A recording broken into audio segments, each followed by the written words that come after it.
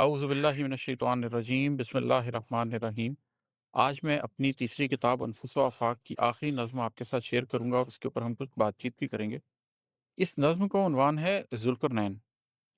یہ ایک لمبی نظم ہے اور یہ اسلامک ایسکیتولوجی کے اندر، علم آخر الزمان کے اندر ایک طرح سے بنی ہوئی ہے۔ اس کی بنت ہی اسلامک ایسکیتولوجی کے تھیم کے اندر ہوئی ہے۔ میں ابھی تک آپ لوگوں کے ساتھ اسلامک ایسکیتولوجی پہ میرا کیا پوائنٹ آف ویو ہے اس کو تفصیل سے ڈسکس نہیں کر سکا۔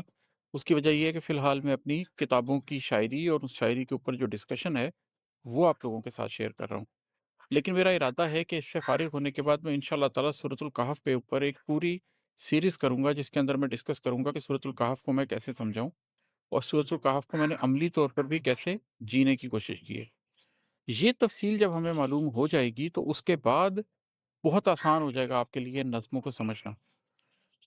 اب اس وقت میں یہ تو نہیں کر سکتا کہ میں آپ کے ساتھ اسلامک ایسکیتولوجی کی لمبی ڈسکشن 3 گھنٹے یا 4 گھنٹے کی کر سکوں، مگر جو بیر منیمم رائٹ ناؤ میں کر سکتا ہوں وہ یہ ہے کہ میں آپ کو کچھ حوالہ بیک گراؤنڈ کا ضرور دے دیتا ہوں۔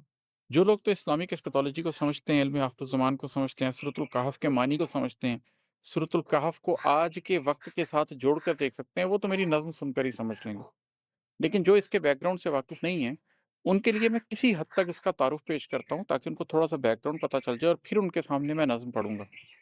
میرا عمومی طریقہ کار یہ رہا ہے کہ میں نظم پڑھتا ہوں اور اس کے ساتھ ساتھ ایکسپلین کرتا جاتا ہوں، لیکن یہاں پر میں پہلے بیک گراؤنڈ کو کلیئر کرنا چاہوں گا تاکہ جب میں نظم سناؤں تو آپ اس کو کسی حد تک سمجھ سکیں۔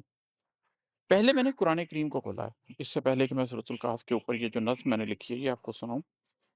قرآن کریم کی جو سورہ نمبر 18 ہے، سورۃ الکہف، اس کے بارے میں نبی کریم صلی اللہ علیہ وآلہ وسلم کا فرمان ہے کہ یہ سورت آخر الزمان کے لیے، اس کی پہلی 10 آیات کو جو شخص یاد کر لے وہ فتنہ دجال سے بچ جاتا ہے۔ جمعے کے دن جو شخص سورۃ الکہف کو پڑھتا ہے وہ بھی فتنہ دجال سے بچ جاتا ہے۔ مجھے 14-15 سال 16 سال پہلے یہ بڑی کیوریوسٹی ڈیولپ ہوئی تھی کہ صرف پڑھ لینے میں کیا ہوگا، اس کے اندر ڈیفینیٹلی کوئی مینیفیسٹو ہوگا۔ اور پھر جب میں نے اس کو پڑھا اور پھر اس کے بعد اللہ تعالیٰ نے مجھے توفیق دی کہ میں سورۃ الکہف کو جیوں بھی، تو بڑا واضح نظر آنے لگا کہ اس میں بنیادی طور پر 4 ٹیسٹ ہیں، اور یہ وہ 4 ٹیسٹ ہیں جو آخر الزمان میں اہل ایمان کو پیش آئیں گے۔ پہلا ٹیسٹ ٹیسٹ آف فیتھ ہے، جو اصحاب کہف کا واقعہ ہے کہ ایمان کو کس طریقے سے ٹیسٹ کیا جاتا ہے۔ اس زمانے کا ایک واقعہ بیان کیا گیا ہے اور پھر ہمیں اس سے یہ رہنمائی ملی ہے کہ آج کے زمانے میں ہم کس طریقے سے اصحاب کہف کا ماڈل اپنا کر اپنے آپ کو فتنے سے بچا سکتے ہیں۔